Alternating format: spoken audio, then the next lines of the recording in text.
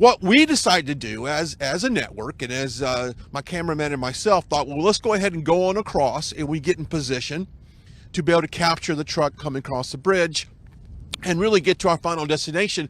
Little did we know that would not be the plan. In my hand is a form called Allowed to Enter, or Leave Canada, rather. Allowed to Leave Canada. Upon entry to Canada, we were asked several questions, whether or not, what's our purpose for business, show proof of citizenship, things like that. The last question they ask you is, are you vaccinated? Or do you have a negative PCR molecular test? And of course, I'm not vaccinated, nor do I have a test.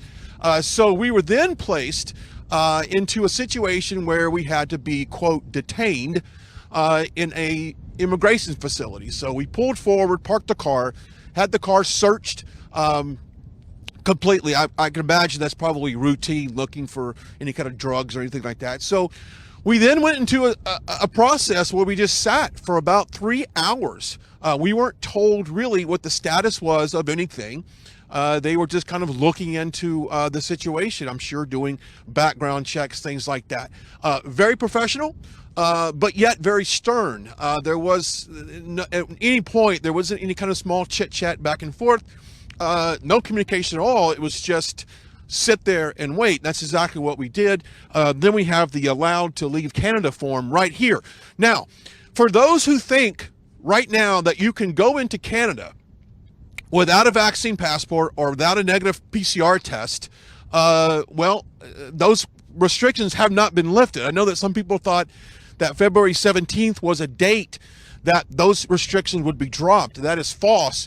We were told by one border security officer that February 27th, possibly March 1st, would be a day that some restrictions could drop in certain provinces of Canada. So this particular area that we're in, it still remains, and I would imagine that is the case throughout the country. So mandates are still in place.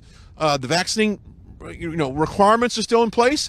A negative PCR test has to be administered also. Even if you're vaccinated, you need a negative test, molecular test, and you have to enter within 72 hours of getting that test to enter. So they still have all the regulations in place here in this part, at least in this part of the entry. Behind